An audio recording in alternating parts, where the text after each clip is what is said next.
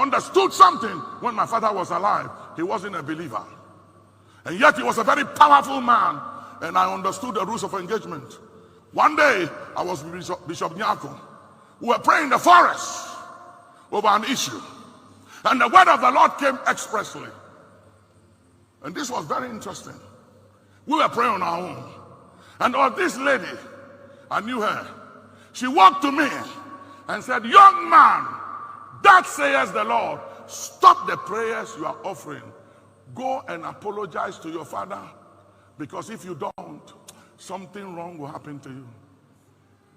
And nobody knew what had happened. Just before we went to the prayer meeting, there was an issue I had with my dad. And a friend of his had come, and so my dad called me and said, Nick, I don't like what you did. You are out of order. And I said, Dad, I'm tired. I'm tired of your rebuke. I'm tired of you always calling me to order. I'm tired of your parables. And I walked off. You know what my dad said? He said, Nicholas, don't walk off on me. I didn't mind him and I walked off. And I called Bishop Nyako and we went to pray. We were in prayer. And this elderly lady, I know her, she's passed. She walked to us in the garden and he said, young man, that says the Lord, go home and apologize to your father. You are out of order. Stop the prayers, it won't work. And I said, but my father is not born again. My father is not a man of God. He's not a prophet. My father is an ordinary man. Why is he so powerful?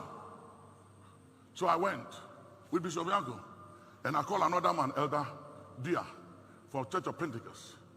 And we went and I bowed my knee and I said, Papa, I'm sorry for disrespecting you before your friend. You know what my father said? He said, now I know that you, God has called you. Hear me? And this is what he said. He said it in tea. Anka ene, anka ubehu.